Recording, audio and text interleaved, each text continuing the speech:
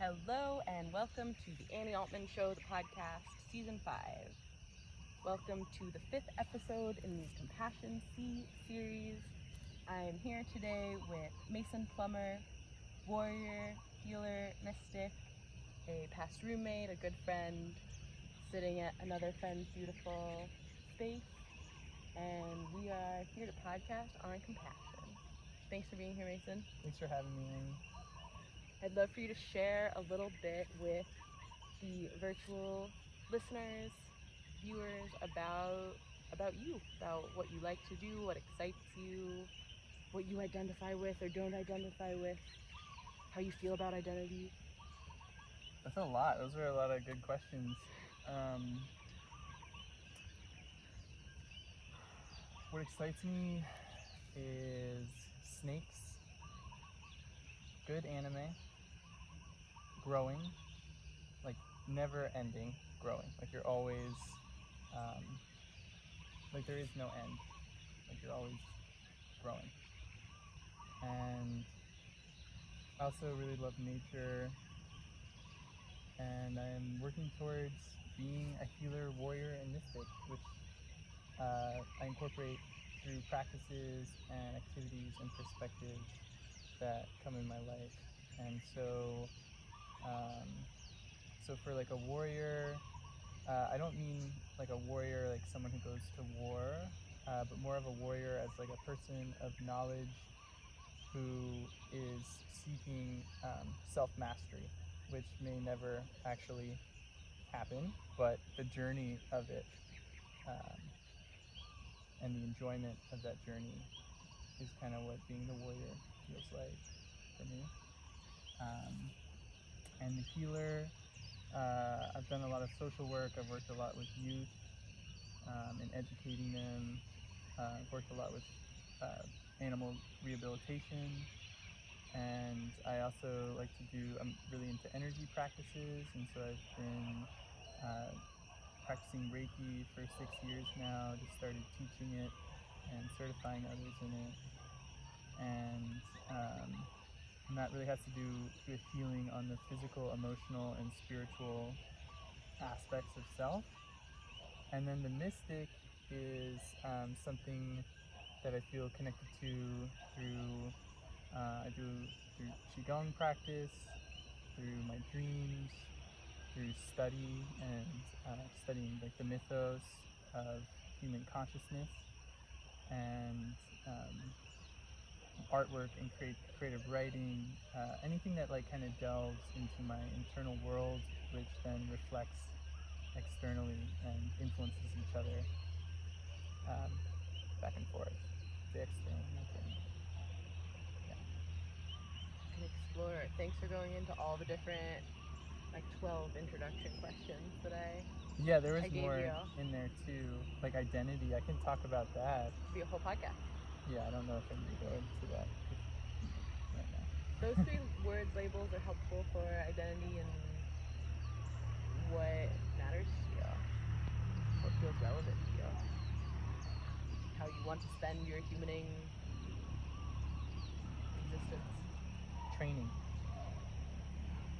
The humaning training? I want to train. That's how I want to spend my human existence, is training. Being in the practice. Yeah, and just constantly growing, nonstop. Until the growth stops because of the death. If it stops there. The growth continues after that next point on the circle. I don't think it ever really ends. I don't think the amount of potential or experience ever really ends. So the training is for future training experiences. We're training so that when we train again tomorrow, that's all I got. Well, I also think some training can be remembering what you've already learned and what you've already put practice into, but it's forgotten. And whether that's in this life, another life, in your dream states, whatever it is. So remembering. Mm-hmm. And there can be training and practice to remembering. I feel like actually a lot, or the extremist part in me wants to say that that's what all of it is that well, and then we have epigenetics, and this shows that things have been in there, and that all we're doing is remembering that wisdom, knowledge, feeling. Like we're always just remembering a past training. I This could. is beyond my own meta. We're like training to remember our training to then do what? So I guess like part of me is like, yeah, I think you're right to the point where it's like you're remembering skills that you may have had. Like, so this depends. Like, are we talking about like one collective being? Because then everything that's ever been experienced and all those skills, experiences, memories, heartbreaks, joys. So that's all those things could be remembering. If you're talking about one collective Godhead or conscious body or something like that, totally. But then it's like, okay, well, you have your own unique, like personally, and I have many different beliefs. I don't like to fully subscribe to one, but there are one of the ones I like to hang out in for a while is like if your soul and your body each have a certain lineage. So if you think about the body's lineage, that's connected to all the atoms and molecules and other lives and forms that they've been in the matter world. They're connected to the animal kingdoms, to all of nature. So there's a lot of, just in your body, there is a ton of experience, abilities, senses, awareness, different types of awarenesses that are connected to the animal and plant kingdoms and fungi kingdoms, everything. Who knows? Can't forget the fungi. Right. Well, there's some the reason I stuttered with that is some people think that fungi actually came from another planet, and that there's the whole stoned ape theory about elevating our consciousness was when hominid species ate hallucinogenic mushrooms for the first time, and then were connected to this like network of fungal network of mass cellular connection and fungus consciousness. But that's a whole other thing. Are you saying that like maybe LSD and psychedelics and psilocybin mushrooms are actually what's controlling quote unquote humanity to keep it repopulating? I don't know about LSD, and I don't know about the whole repopulating thing. I was just like to keep the fungi going. I don't think so. No, I'm not saying that. I just think that I was just talking about the stoned ape theory, that what brought hominids into more like human, like with more cultural, social humans, was actually, and what increased our brain capacity was the introduction of psilocybin into our diet, is a theory. It's a fun theory. But that's not really what I wanted to talk about. But so there's the lineage. Thanks for getting back on track. Yeah, there's the lineage of our physical bodies, right? That has this stored history, and that could be like past lives, like other physical forms that the atoms that were in your body were into. But also your body is constantly discarding and creating new atoms too, which is really awesome. But it could also be like, I also think that there is a memory in matter that connects you to the history of matter, to form, to all of what of life, of everything that is physical. And so then you have your spiritual lineage, or your spirit lineage. So it's like your specific soul, or I guess this is where really like another form of identity would come in, which is when the body dies, there is who's to say that spirit doesn't go on to have another life, right? So that could be reincarnation. But I would even say that your spirit body or your spirit form is totally not limited or shaped by by any one physical form that it's inhabited. So like we're really going out there, but and I believe that a lot of times when you're dealing with like spiritual and you're dealing with like mythos, is it's communicated through symbol. And so so you can actually learn about your spiritual or your spirit body's lineage through symbolic creative expressions that may occur through visions, dreams, writings, drawings, whatever. And so like personally, sometimes I feel like my spirit body has multiple heads, or has certain, like my spirit body can do certain things that I wouldn't be able to do physically. And so when you start to get to know about your physical ancestry and your spiritual ancestry, then you start to remember these specific traits or qualities that are unique to your body's lineage and your spirit's lineage. And then they are coming together. And then that's like kind of the unique experience, is this meeting of two lineages that then your consciousness or awareness inhabits. Is that part of the training of this life, of how to bring those together? I think it definitely could be. I think, I love Wing Chun, it's a martial art, Qigong, yoga, all these different things. There are tons of different practices that all focus on mind-body harmony, spirit harmony, right? And so I think there's so many different practices that cultures all around the world have developed to create that harmony. And that's the thing, is like even doing Wing Chun, doing martial arts, you go through the forms, and you have to focus your mind, and you're generating massive amounts of power, but then having to control it with your mind, and control how fast or how slow you move, and still have all the little adjustments and subtleties to make sure that your angles and your joints and your stance are all in proper formation. So very much like body. And at the same time, you might have like all these emotional things coming up, these different blockages that are now being forced to be addressed because the body is being conformed, and it's being controlled, it's being trained. And so it's not just having the freedom of like, oh, well, actually you're going to be really depressed, or you're going to hunch over and have bad posture, or be really loud and because you want attention, or whatever it is. It's like, nope, you're focusing and are calm, and the body's still, so whatever's going on in there is going to start coming up, and you're going to have to look at it. So through martial arts, then these emotions come up, and now you have to still have a calm breath, you still have to do the form, and then your body actually becomes a way to help those energetic emotional bodies or emotional sensations work through, which again is that mind-body harmony, and I think spirit harmony too. So I think that's part of the training. I think there's lots of different types of training, and I love training. Conditioning. Yeah, conditioning is a part of training too. Unconditioning, reconditioning. Yeah. Like, what is your pattern? Totally.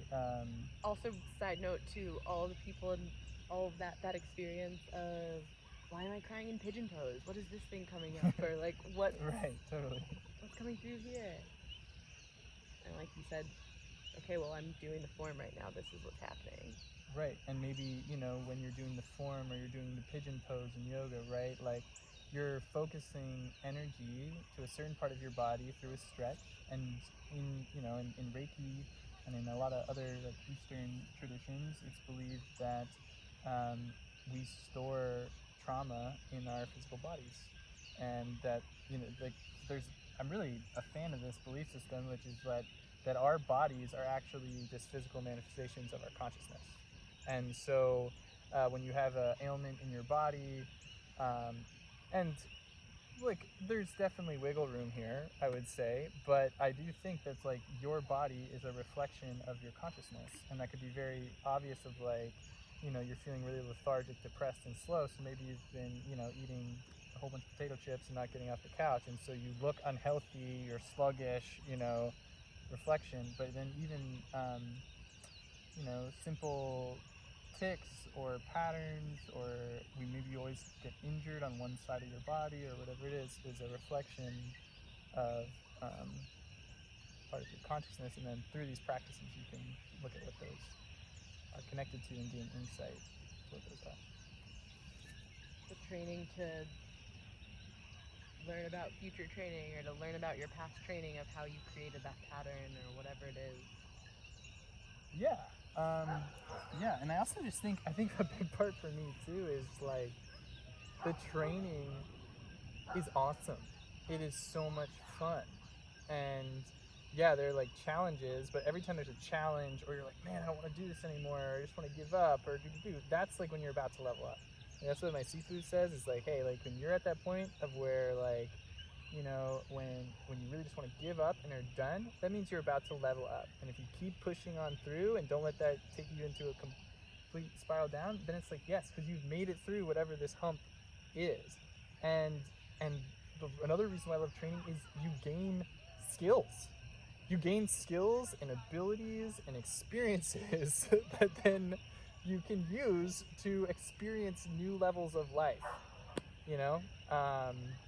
And so that could, like, you're kind of really focusing on the remembering and the healing of the mind-body relationship, and I think that's definitely part of it, and that will give you new skills and allow you to access new things. But there's also, like, for example, like training and learning birds. Like I'm a bird nerd. Like you learn about birds, okay? You study birds, I'm a bird nerd. I am. Are you a bird nerd too? No, I was repeating what you said because I liked the rhyme. Yeah. Birds are really cool. They are. And so what you do is, you study about birds. That's training. You're training birds. Then you get to be able to, first of all, you're being able to identify them. So now you're more aware of your environment. You're starting to understand these different forms of life, which goes with our connection, maybe even connected to understanding more of like that body history, right? Like, whoa, the parts of me that are birds, the physical part, because I believe I have many animals. I'm connected to many animals. And so now, not only am I loving something externally, like the bird, I'm kind of getting all over myself because I'm getting excited, but let me slow down. It's cool. So you study birds, you train, you learn about birds. So now you can start to identify the different animals. You can start to identify the different birds in your environment, right? You can start to know which ones are rare. If certain ones are around, that can be a sign of the health of the ecosystem. And when you learn about their names and their habits, when you know their names, then you can access the collective human conscious knowledge via internet or resources or books or whatever of everyone who studied that bird. So now you can actually link up with all of the training that's already happened, the remembering, right? Which is now you're just remembering things that other humans know, but then you're kind of accessing that larger conscious body. Cool, like now we're just acting as a human consciousness. But you're remembering knowledge about birds. Now you're integrating it into your sense of self, and now you have a whole new way of connecting it. Now I can be like, okay, that's a EO, native Hawaiian hawk. I know that they're going to be out during the day. I know they have different molts. I know that I can tell what season is by what color feathers they have. And then also I have dreams about them, and I can make their bird calls, so I can summon other ones. I can't actually make an EO call, but I can make some good. I can make some bird calls. Got it pretty good. But the point is that you start to integrate them, and then it's a whole level of training. So right there's one thing of training. You can train in anything, and what you're passionate about, and as you discover yourself of what you have the effort or will or interest in to put towards training in something, teaches you about yourself. But then there are also those cool things that come. You're like, man, I would have never learned about this, but it came in. Anyway, I'm kind of going all over the place. So I'll slow down a little bit. You're good. I like the excitement, and that all is actually, I feel like, a very helpful metaphor and a thing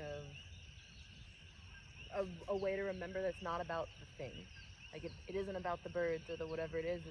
It's a tool. It's a training. That it's a practice. That it's a way to expand for all the C's, your consciousness and your capacity to make choices and changes and to have more compassion for seeing more. What did you get excited about there? Well, I got excited because it's about compassion, which is what we were going to talk about. We've made it. Is because I think it is about the thing. That's where the bridge is. That's where I was saying very in the beginning of it's the reflection of the internal and the external. So it's the integration of external things into your own identity, into your sense of self. But in doing that, you're educating yourself. You're training about that. You're learning about them. You're training, and why do you do that? Why do you learn about something? Maybe if someone tells you have to learn about something, but in most cases, you're probably gonna forget that. If you're not interested in it and you're being forced to learn something, you're probably not going to remember it. Because the thing I just said about it doesn't matter, I appreciate you calling out me going to that polarization of nihilism of it doesn't matter, it's not relevant, is that the other side of that is it's super relevant. That's the most relevant thing, because if you didn't have that passion for birds... Right, well also, Well, I mean, oh, sorry, I interrupted you. Go, please. Well, also, that life of that bird does matter. Like, that is another, but now you have this connection with it. You know about it, you know where it lives, and if anything, you love it, and so you start to pay more attention to it. You've integrated it, you've trained it, and now it becomes like something that you're connected to, something that you have compassion for, you know, something that it's not just like, oh, that's a bird. No, it's like, hey, that's the cardinal that's on my bird feeder that lives on this property. It's had 2 kids. I've watched both of them grow up, and I remember when I was looking for a mate. You're like, no, it's not just like this, you know, it becomes so much more, or, you know, and then that also connects you to like another cool thing about animals and nature is that there's the symbolic spiritual expression of all these different things too. You know, and so like the synchronistic nature of the universe. So, for example, cardinals, a couple people believe, or like different places in the world believe that cardinals are signs that, you know, someone who's passed away is visiting you. So that could be, again, so now here you have this symbol, you know about it, you know all the scientific aspects about it, but it also has this like mythos, which then can bridge into like a very personal connection. I think the other way is personal too, but this is more of like a spiritual, personal kind of way. And I think the more that you start to train and educate with things in nature and find that compassion and that love, is you start to be able to read the synchronistic language of the universe. And so now these mundane things that, and this is more of like the mystic part. This is, I'd say, more the mystic part of what I'm talking about. But the mundane things can become powerful messages to connect you to something higher than yourself. And like, I'm not saying you should take every symbol literally and be like, oh, I saw a dead turtle today, that means I'm gonna die. No, but you could see it as, but starting to be like, that's, you know, like, how does that make me feel? Why did that show up? What other events happened today? Or it could be like, man, I feel like I'm in this relationship that is really strangling me emotionally and like, you know, is sucking up all my time. And then you just like get really fixated at watching this vine like creeping up on a tree, and then maybe you cut and heal that tree and you feel some sense of release and you're like, man, I'm getting out of that relationship, like, you know. So yeah, but there's a lot of different stuff that's coming up. I hope that's somewhat relevant, but the compassionate piece is that when you know something and you put the effort in to train about it, to learn about it, then you're showing love and you're showing care for it, which then allows you to I think to have more compassion for it, to not judge it, but to let it, you understand what it is, how it works, what it needs to thrive, and you appreciate it. Yeah, I don't know, kind of went all over with that one. I loved it. I feel like a lot of love and compassion is understanding, like you're saying, and knowing, and celebrating. That word's coming up too, like you were getting into, again, that same thing like you brought up of, it does matter. The part that it being about birds is relevant. The same as, okay, well, this bird's story, this really zooming in and letting yourself zoom in of, you know, I watched this bird have these 2 other birds. I watched this happen in their life, and that it does matter. I guess also what I'm hearing is sort of that mind-body connection, and the part that can come up that is like, oh, it has to be all one or all the other. Like, it's super, super relevant exactly what the details are, or they don't matter at all, rather than where's this compassionate place in between of witnessing, and also witnessing without judging. And then also being a human and saying, okay, well, I'm gonna have judgments, so am I judging my judgments, or do I witness those and train about how I continue to make other judgments, and what's going on with what are the choices that I'm making, what are the things that I am identifying with, or Right. And I think that, or doing. So that I guess comes with the judgments and this thought of really questioning yourself, and like, am I, you know, you start judging your judgments and getting this whole wormhole that just makes me feel anxious. Just thinking about it. Yeah, because I think that's where what I think a lot of people are struggling with in the world right now, which is that identity, which is that, well, what is me? And this actually brings me to something that I really wanted to talk about too,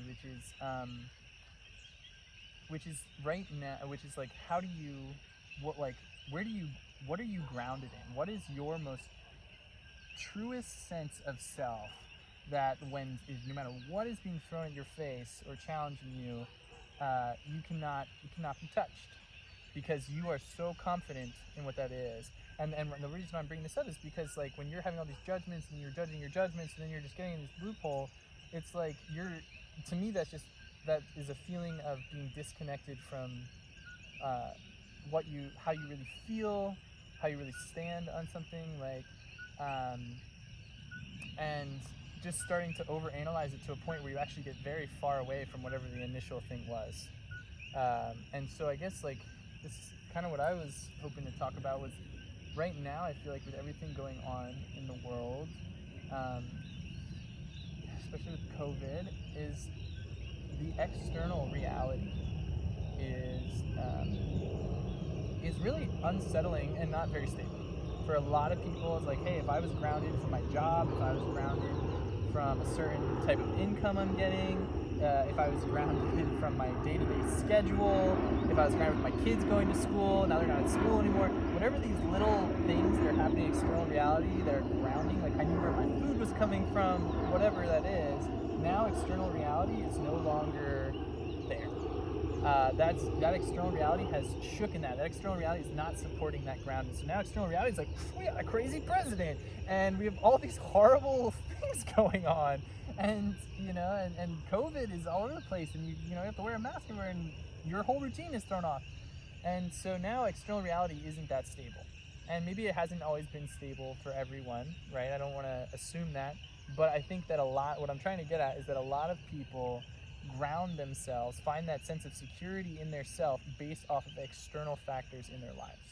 And so a big shift, and this is what it means to me to be a warrior, is when I was talking about being a warrior, is to find that grounding in your core internally, so that no matter, and the reason why I bring this up is in shamanistic and mystic practices is where you first start to, like, where I first started to get introduced to this, which is this idea of, like, hey, like, you might start to see things or experience things that break what society or what you have believed or structured believed as possible.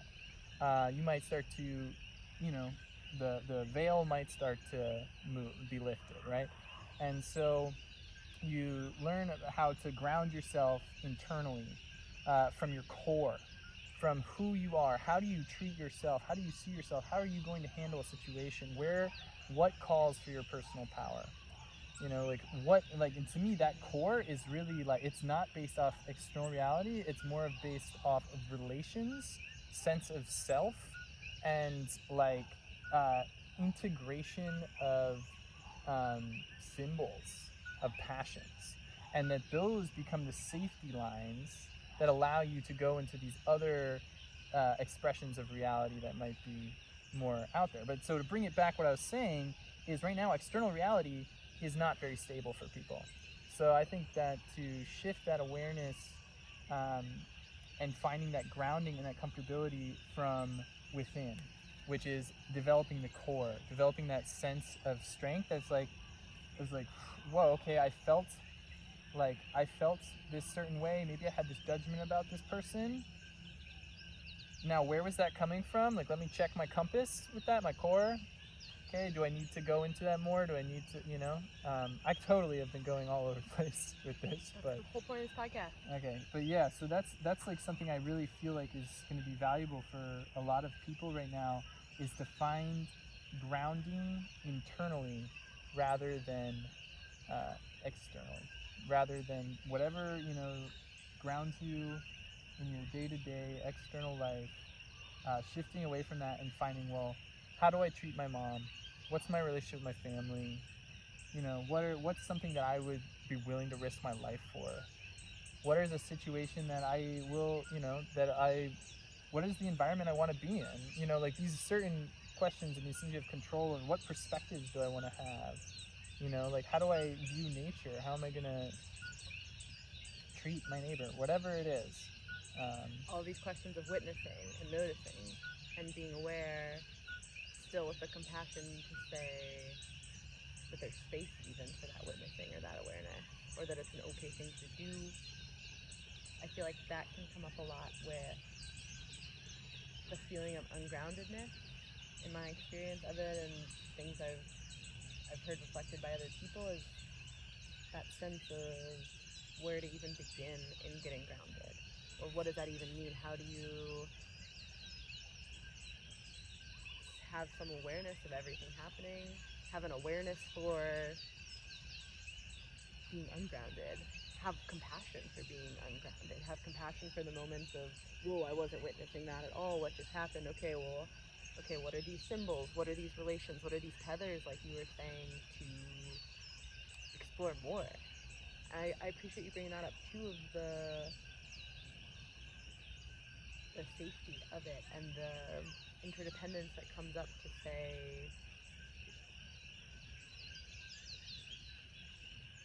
not everyone's going to be super excited about birds, and also we need some people to be really excited about birds, and then we need some other people to put their excitement towards these things, and some people to put it towards these things, so that we all have,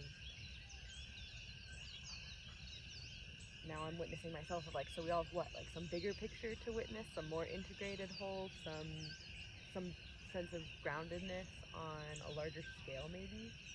Well, so what I'm trying to say is because I've been going all over the place, but the specifics of like, man, maybe I'm really passionate about birds, maybe someone's really passionate about photography, and so they train or they educate and all those things. Those are things that are going to give you personal power. Those are things that are going to give you that groundingness in yourself, even when your external reality is not. Maybe I'm in a desert or I'm in a city and there's like no birds. I still have love for birds. If I'm lucky, I can draw birds. I can imagine birds. I can practice my bird calls, whatever. Those are things that in my darkest moments, through enthusiasm, can empower me, right? So those are the benefits, and everybody has those own things, and those are the things that are going to be grounded, that are going to be there. And some of those things are going to be shaped off external reality, right? But they're not, but your relation to them becomes internalized, and so then it becomes a grounding force internally. But some things might not even need to come originally from external reality. It's just we live on Earth, which is a really beautiful, wonderful place full of lots of beautiful nature. And so then I guess like that bigger question of like, well, that I'm getting at of like, well, why is it important to know birds? It doesn't just have to be like, okay, well, somebody likes birds, somebody likes grass, somebody taking care of the trees. Wait, I can't just compartmentalize it all? No, right? So, but the bigger picture there that I'm trying to get at is that to develop a connection with something through wanting to know it, both tuning into the collective body of knowledge that's already been in the human consciousness. If you have access to that, not everyone has access to that, but if you have access, like to the internet, books, research, and then creating your own personal connection with it, integrating your own personalness, and that creating a love for it. I guess I'm trying to highlight the process, which is that by training and educating yourself on something, whether it's a physical practice or something like birds or whatever it is a process of practicing love, of developing love and developing appreciation, which to me is really what love is appreciation. And I think that can be strongly connected to compassion too. Is because when you're compassionate towards someone, you can appreciate where they are. You can appreciate whatever role they're playing, whatever role is being played out, whatever piece of the puzzle they have in that moment, you can appreciate it. And so I guess the whole point of training is a process and practice of appreciation, is what I'm trying to say. And then through that, you develop your own personal interests, passions, which then give you personal power, which help you be grounded in a totally crazy, chaotic reality, external reality. And if you're into shamanism and mysticism, you should definitely make sure you're grounded and have a really good sense. I don't want to be preaching that, but you can start to go to places that maybe aren't as defined as this place. the more grounded you get, the more ungrounded you can get. As low, deeper your roots, yeah. the higher your branches can go, for sure.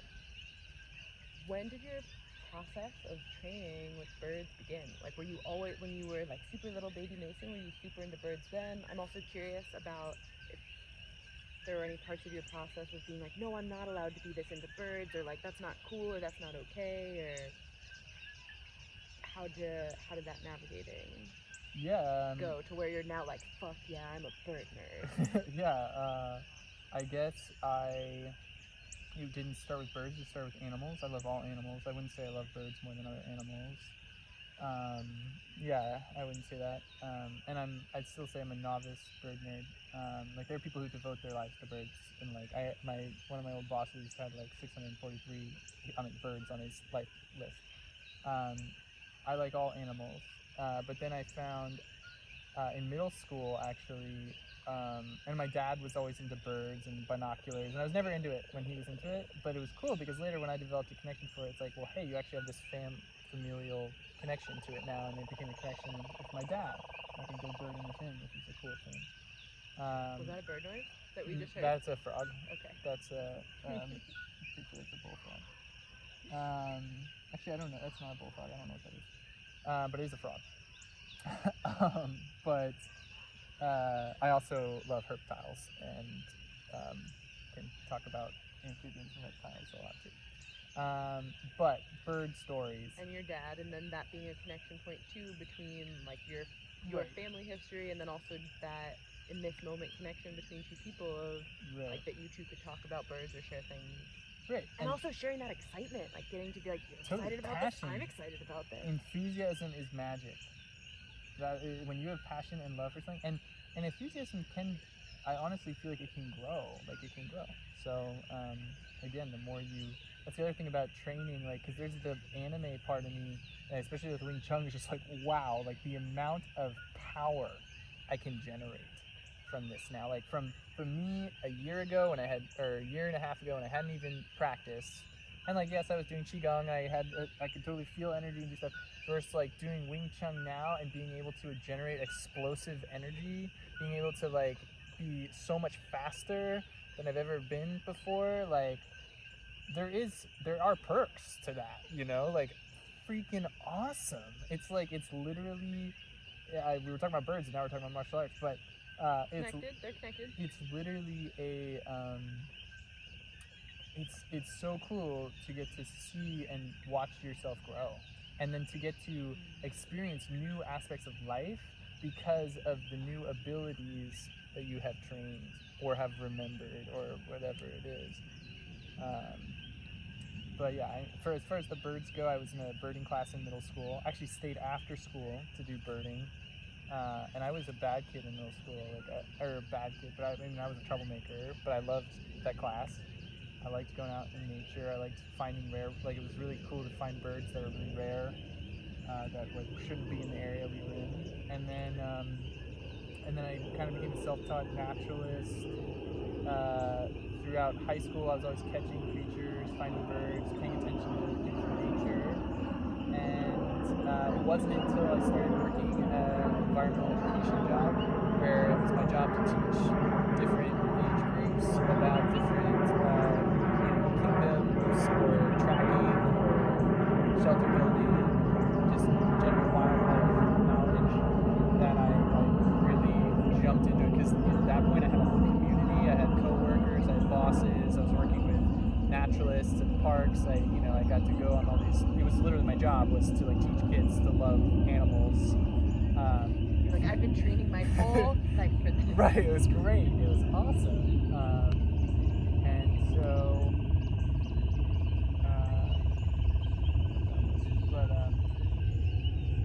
So then I went to college and kept doing it in college,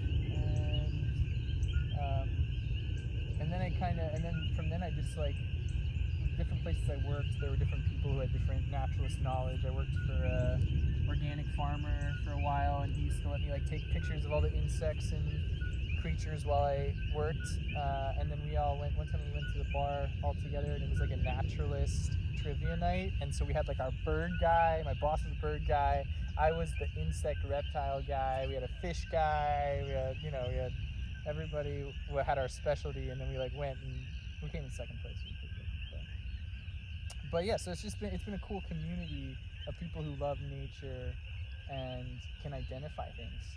Oh my gosh, there's so much I could talk about this. I don't know if I want to keep. I mean, I don't know if you want to keep going. But yeah, it's a lot of witnessing and a lot of that cycle of training love, training compassion, training the witness to have compassion.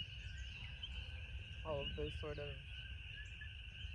like, for the cycle of the tree and the roots going down and the branches going up. You ever seen that image also where it becomes almost a circle? Not almost, it becomes a circle and it connects the roots and the branches, and it's a whole... Yeah, like a Celtic tree. Yeah. There's lots of tree of life circle, of it being a circle. Which then to go back to circle from the beginning of recording of reincarnation, or of the remembering of the process of it. Okay, well, the thing that's coming up for me though right now is that, like you were saying, of your seafood being like when you feel like... Oh, when you want to give up. Yeah. That you're about to level up. That can feel almost like you're like stuck in a circle or stuck in a loop, if you've ever experienced that, like a feeling of trapped or stuck is the best word of it, being like in that circle, and it's like, oh, well, how do I level up to the next spiral of it or the next thing? Well, then I'm still... Or now I'm podcast rambling, where you're still in a circle. And I'm also thinking of shout out Michelle McGregor, who came on the podcast and put this graph in my head for my graphical, like, how do I draw this mind of life being almost a series of the trend going upwards through a series of little circles and spirals. Oh yeah, spiral. Yeah, totally. I feel like that's how it is, because you also like revisit old challenges, but maybe you're just a little bit, maybe you revisit them a slightly different way. You're on the same side of the circle, but you're a little higher up. So your question is, what happens when you get stuck, and how do you use... Yeah, the direct question would be, how does witnessing and how does compassion come into play there? Well, specifically with my sifu, when I think about this, is having compassion and witnessing. I think there's the recognition, first of all, like, because my sifu was the one who told me, he's like, hey, like, that means you're about to level up if you push through, So there's the witnessing of recognizing, okay, like, cool, I'm in this perspective right now where I'm like, man, I want to give up. I can feel the downward spiral. Like, this is so hard, blah, blah, blah. Like, I can't do it. Here are the excuses why. And then my sifu's coming in, and it's like, okay, instead of viewing it like that, like, kind of this like victim, woe is me mentality, being like, oh no, you're about to level up, you just have to keep pushing through this. So it's totally like rewiring that perspective. So there's still a level of witnessing that's like recognizing, like, okay, yeah, no, you're there. Yeah, you do want to give up, totally. But if you keep going, you're about to level up, and that's actually why you want to give up, is because you're right at that threshold. And that's like that's the threshold. You gotta step over it. And you just keep going higher and higher and higher, and like there's no limit to the power that you can achieve and the like growth. And so then the compassion piece. So the compassion piece, I think, is having the compassion to, first of all, like in this specific situation, of having the compassion to allow yourself to feel those things that you maybe want to give up, and then also having the compassion, or maybe just passion, right, of just like, fuck yeah, I love this thing. Like I love, like, yeah, I have all the tools. Like I know who I am, and I think some people are still figuring that out, who they are, but it's like, I know who I am, I know what tools I have, and if I do them, then, oh yeah, I'm totally gonna get through this hump. And so I don't know if that's specifically compassion, But it's definitely, and I guess like part of that is allowing compassion towards yourself for being vulnerable, to be in a place where you maybe need someone like a mentor or a sifu or someone to be like, hey, just keep going, you can do it, yeah, like light a little bit of a fire under your ass, not like, encouraging you. A loving fire, a very loving, well, Right. to be another witness, to give your witness another perspective, and the compassion to participate in interconnection, to participate in the whole holistic WHO, nobody, and very much talking to myself of no one's a one human show, no one's an island, no one's a, what fun would that be? Right, but I do think you can be the main character.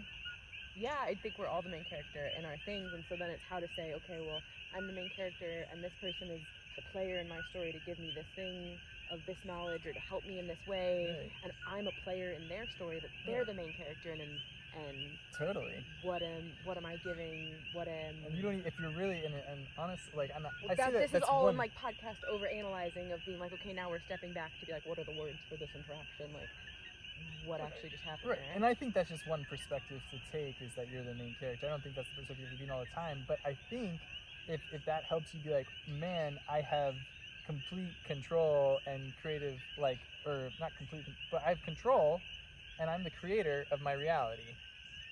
And if you, not only are you the main character, but you're also the main, like, you're the writer. You're all of the characters.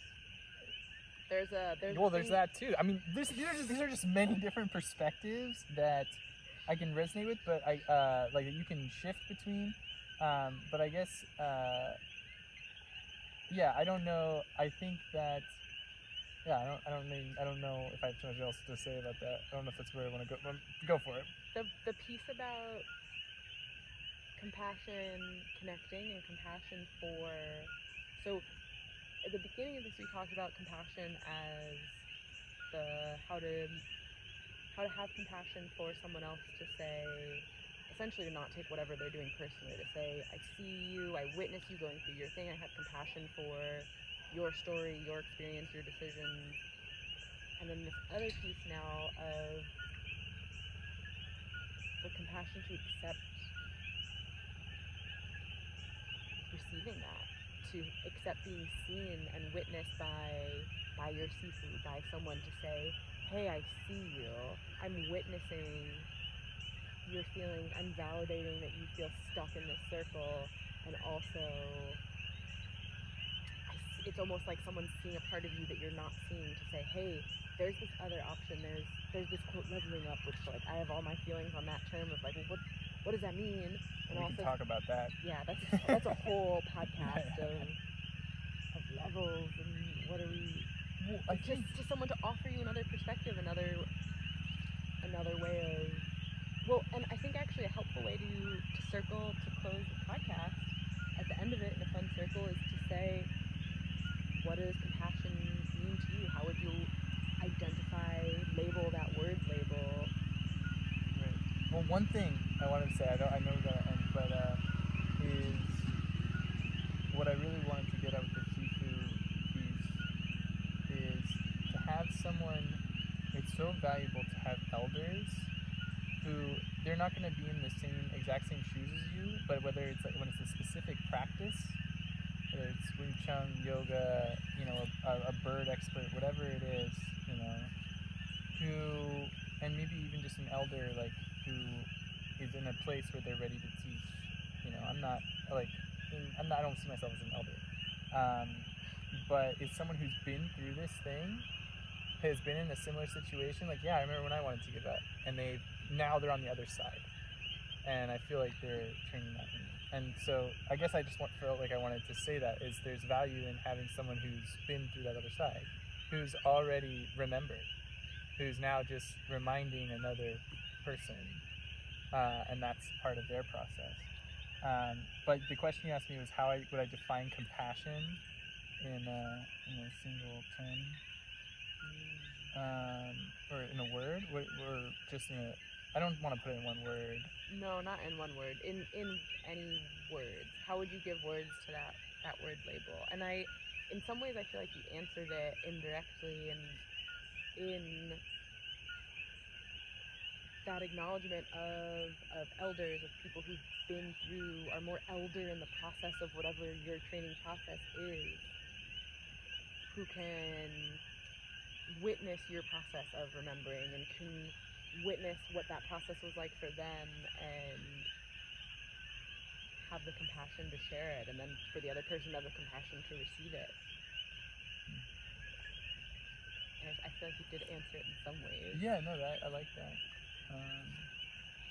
Yeah. But if you were going to give words, if you were going to be like, okay, well, here's how I would define... Yeah, well, so I guess what's really coming in with the theme of all the different things you talked about, because there's a lot, and I know I talked a lot. You're sorry for talking on a podcast? I call guess that one out and in what? Yeah, I just know. I guess I have a lot to say. Is compassion, or at least what came out of this talk, is compassion is a process of teaching acceptance and perseverance and love. And I guess like really where that's coming through, like perseverance feels a little weird, but what's coming through with that is like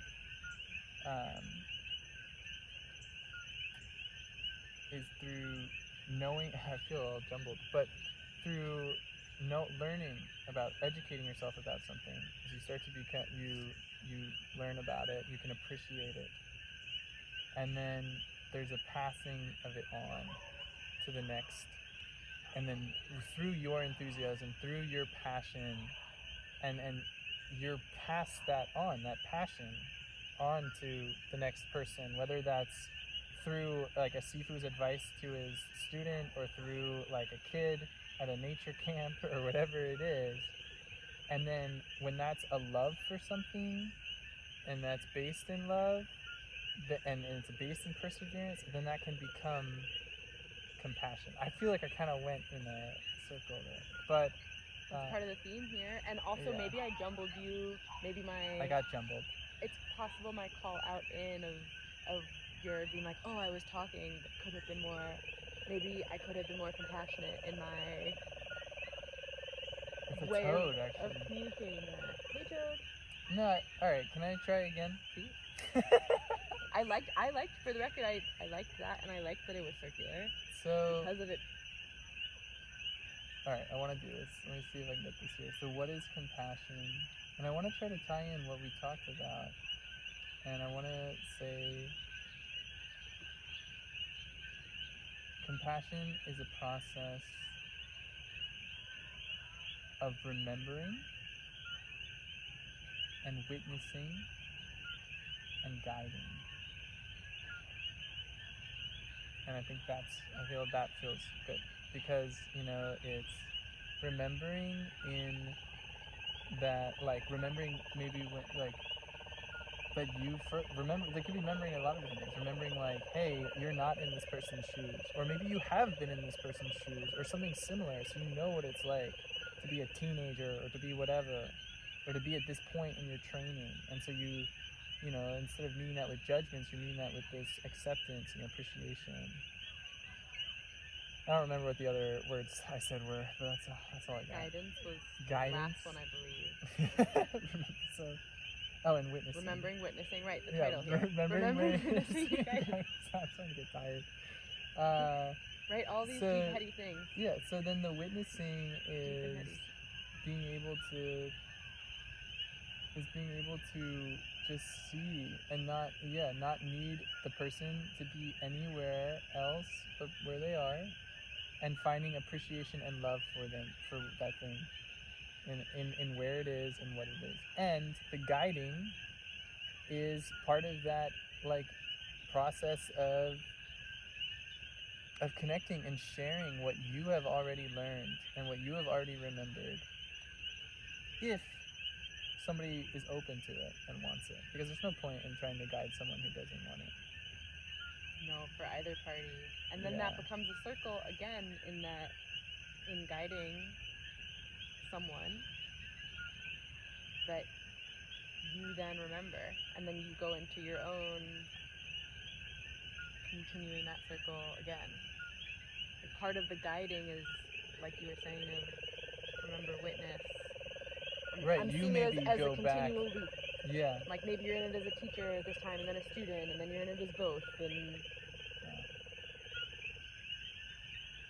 Cool. remembering, witness, guiding. Yeah. And I'm sure there's more to it too. We're all putting a bunch of words for love and all these things that we're like, what are the words for this? Yeah, my brain started getting a little slower, I'm sorry. You are so good. But yeah, I guess there's a lot there. Yeah, but that was fun. That was fun to go through all that stuff. Yeah, thank you so much for coming on and for sharing. It's really cool that this gets to happen, that this is happening now. Yeah, thank you. I really appreciate it. Yeah, I'll put your Instagram and stuff here, so people, if you're on the Big Island, or people who might want to reach out for training classes, whatever it is, can find you and contact you. Okay. Thank you for coming on and for sharing. Cool. Sounds good. Thank you. Thanks for tuning in, and thanks for being you. Cool, that was fun. Sorry, I kind of went all over the place with that. You're so good. You don't need to apologize. I have a lot of thoughts in my head, so I get jumbled.